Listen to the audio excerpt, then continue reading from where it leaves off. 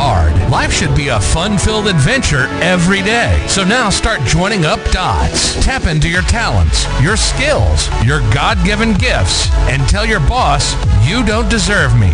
I'm out of here.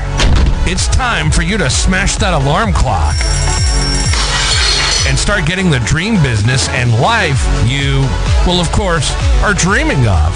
Let's join your host, David Ralph, from the back of his garden in the UK, or wherever he might be today, with another jammed-packed episode of the #1 hit podcast, Join Up Dots. Yeah, good morning to you, and welcome to Join Up Dots. We're now celebrating 10 years of Join Up Dots.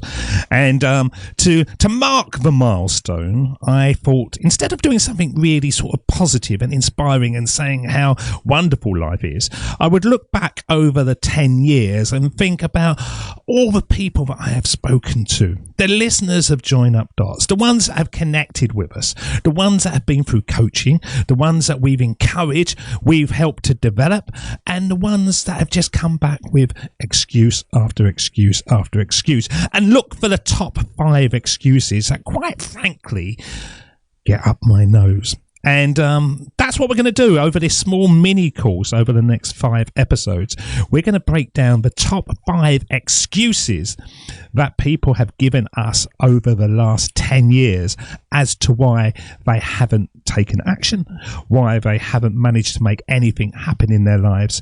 And we are going to debunk it. We're going to give you a smorgasbord of motivation to overcome these excuses. They are excuses. Now, the number one, I think that I've heard more than anything over the last 10 years is, I don't have enough time. You know, it's a convenient catchphrase which just masks deeper issues. It's a defense mechanism about confronting things that maybe you find challenging.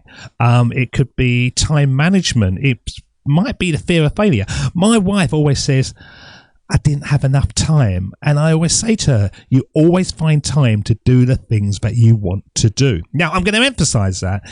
We all do that. We can squeeze in stuff left, right, and centre if we fancy doing it. But the things that we look at and we think, oh, I should be doing that, we just put it to the back of our mind, and then it sits there for day after day after day. So why do people utter this excuse to me time and time again? Well, it's that they're expressing, I think, just that they're being pulled in too many directions. They're not focused enough. They're not committed to making one dot into another dot. Now, we can overcome this excuse, and we can all do this. And it's quite easy to do this. First of all, we just need to prioritize. We just need to look at what we're doing and have a clear picture of how we spend our time. And look at it and think of the importance and the urgency. So have you got important things that have to be done? You can't get away from it. It has to be you. Or can you delegate it out? Now, there's going to be mothers out there. There's going to be fathers saying, no, everything I do, I have to do. I have to get the kids up. I have to get them to school. Not open to question, okay? Those things have to happen. But what about all the other things in between? What about the bits when you just sort of have a little nap in the afternoon, or you might just think, oh, I'll just watch a bit of Netflix tonight? All the stuff that can just be taken away. Is that a priority? So you got to distinguish between busy work, the things that you have to do, and activities that actually contribute meaningfully to long-term goals. Look at your days. Look at how much is not open to question. You have to do it. And look at how much you do because you're just tired. You're just sitting on the sofa. You've had a long day. And can you reclaim that? Okay. And once you've done that time audit, you can start tracking your activities, not just through the day, but through the months, and identify where time is being spent inefficiently. Now, I do a ton of work, but I don't do it all the time. I just make sure that when I'm working, I do as much as possible. So if I'm recording a podcast episode, I make sure that I do 5 or 6 podcast episodes so that I come out with maybe 3 weeks work done.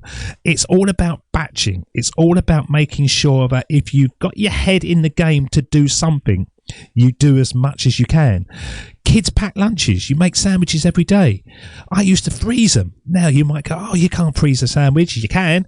You put it in the freezer, bring it out in the morning. I used to put it in my bag, and by the time I had it at lunchtime, it was perfect. There was nothing wrong with it. So we can use tools like time tracking apps. We can have just pen and paper, or we can just be more focused on what we're doing. Now, once you get that, you've got to set boundaries. Boundaries are essential for protecting your time and your energy. And this means saying no to people. This means saying no to non-essential commitments. It means saying no to specific times of the day that you know that you might be more productive. I do all the Join Up Dots recordings from about 7:30 in the morning to about 11. After that, I know I'm not very sort of good on it. So that's my time. I come up to the Join Up Dots headquarters and I put on the microphone, and that's my time. After that, then I might go off and do other stuff. But I know that that is when I am most productive. So can you do that? Are you a night owl? Are you a lark? Can you sort of get up really early in the morning and be productive? Even if it's an hour and a half a day, you can make things happen. And it's just a mindset shift. It really is. It's just really understanding why you're saying that time is scarce.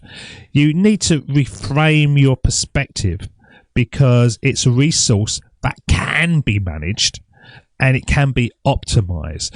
And some of the people that do this better than anyone is like, classic Elon Musk. He's known for his relentless work ethic and his ability to juggle multiple projects simultaneously. And he emphasizes the importance of focusing on tasks that have the greatest impact.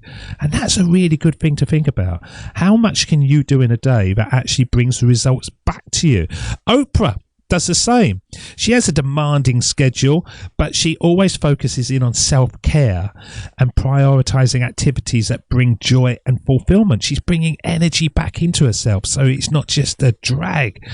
Dwayne Johnson, he's got a schedule that includes acting, producing and fitness, but he has discipline and consistency, and he makes sure that he does it every single day.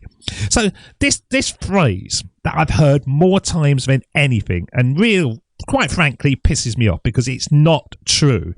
I don't have enough time. It's a common excuse. Yes, it is. It's one that people use all the time. But pick up on it. When you say that, think to yourself, well, I had 24 hours today.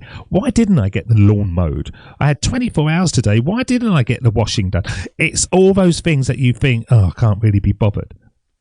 But by bringing time management techniques, setting those boundaries, and just being focused on time, you can reclaim it. And drawing inspiration from those successful celebrities, it really serves as a reminder that time is a valuable resource that, when managed wisely, can unlock immense potential. And I think the best thing it can do is make you realize that you're in control of everything. If you can control time, then there's nothing you can't do. You can just keep on using that time, that effort, that energy to change your life.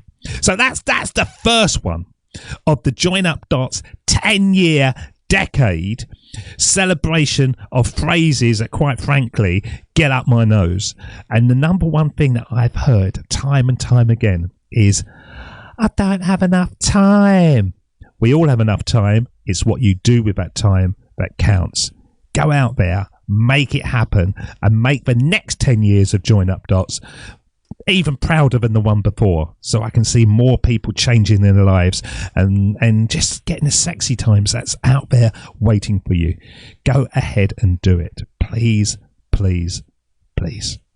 That's the end of Join Up Dots.